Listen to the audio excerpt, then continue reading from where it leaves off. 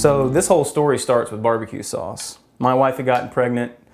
We realized we needed to earn some extra money, and we decided to sell barbecue sauce at the farmer's market. They told us we needed to talk to the county.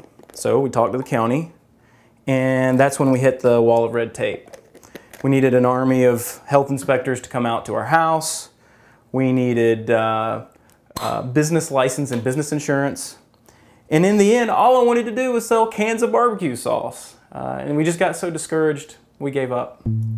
The article I wrote for New Threats to Freedom was meant to frame this wider story of the growth of the regulatory state. It's tough to explain to people what drives the growth of the regulatory state.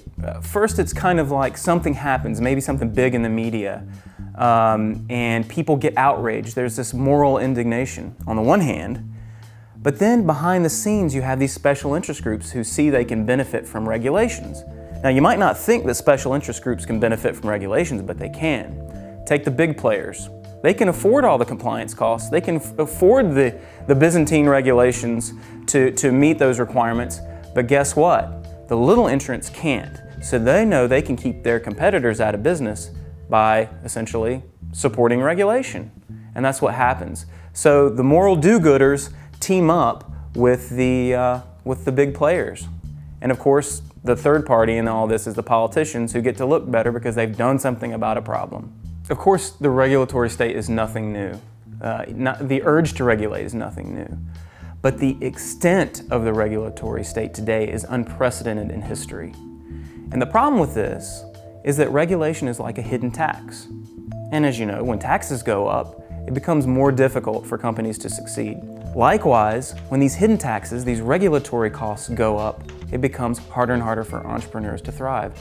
What I would argue is that cottage industries are at the beginning of wealth creation. When regulation comes along and steamrolls over these delicate saplings, these little ecosystems emerging, what you get are good things, good businesses that never come into existence. Instead of people saying the government needs to do something about this, we should be saying get the government out of the way, except for the courts.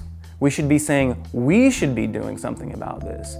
We should be saying let's bring more sunlight to these practices and let the businesses and the consumers adjust accordingly.